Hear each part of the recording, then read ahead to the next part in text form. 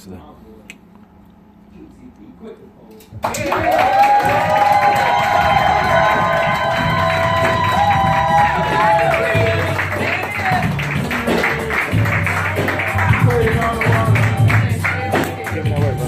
Yo, want me to say? No, I'm good. I'm good, man.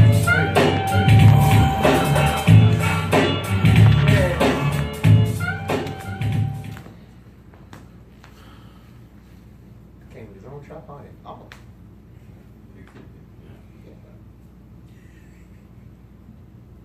And just like that, I was right back where it all started. On the corner of 35th Avenue and 19th Street in Westwood Park, living back at my late grandmother Hattie's house. Sitting in the very same tough place that taught me how to persevere through anything, showing me how putting in years of hard work could truly pay off. But equally the same place that taught me how in the blink of an eye you can lose it all, facing 24 of the darkest hours I've arguably had to face alive. Just after losing it all, I remember like it was just yesterday. It was in the late summer of 2002 when I was less than 24 hours removed from a much different lifestyle than the one I was accustomed to, growing up in the Fort Lauderdale city limits of Broward County. Where the day-to-day wake-up calls and reminders for me were having to listen to the police sirens race bound their way to save somebody. On their way to investigate another lifeless body and surprisingly discarded in my beautiful coastline city by somebody was finally replaced by the sweet sounds of birds chirping outside of my windowsill as my new alarm clock ringing off in the early mornings, warning me that it was time to rise and shine and get it together because, see, Coach Herm Edwards, he didn't tolerate his players being late for practice. You see, even the slightest bit of tardy seconds can get you heavy fines snatched up out of your checks in addition to the mandatory payments owed in your U.S. taxes. Even though I could afford the hundreds of Washingtons lost up out of my checks, Lord knows I don't want any of that.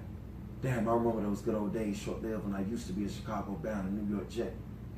But the more problems due to the more money lifestyle the Notorious Big, he so artistically spoke about in that classic Life After Death album, much more preferred than the latter. Stressing like an honorable soldier who mistakenly dishonorably discharged after serving his and or her country for so many years in battle. I sacrificed over 15 years of my life just so my family could have a better life by successfully making it up out of my neighborhood confines alive and accepting that full scholarship ride and become a mighty griffin of the Missouri Western State College and University. A 5-year investment and commitment that ultimately catapulted me into a once-in-a-lifetime opportunity that less than 1% of all humanity will ever have an opportunity of pursuing in their lifetime.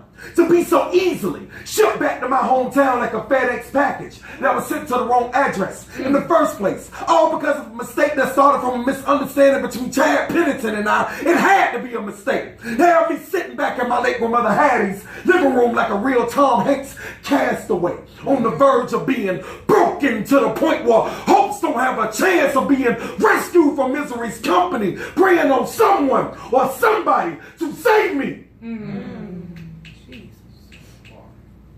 Just like the NBA did for Derrick Rose, and they described in that powerful Powerade commercial with that powerful Tupac narration playing in the background. It describes everybody in this room at the open mic to across the globe, and it said that we are all just a kid from someone who in one way or another discovered that Winston Churchill, he was absolutely right when he said that success is not final. Failure is not fatal. It is the courage that counts to keep going. Like when Michael Jordan was cut from his team when he was 16, but he kept going. Or when Oprah Winfrey, she was told by so many folks she'd never make it in TV. Yeah. But she kept going. Got this incredible story about this Fort Lauderdale kid I know who's incredible run with a pigskin. It came to an abrupt end. It's amazing what happened then when he chose to pick that pen back up and he put that pain down in that poetry. Come on.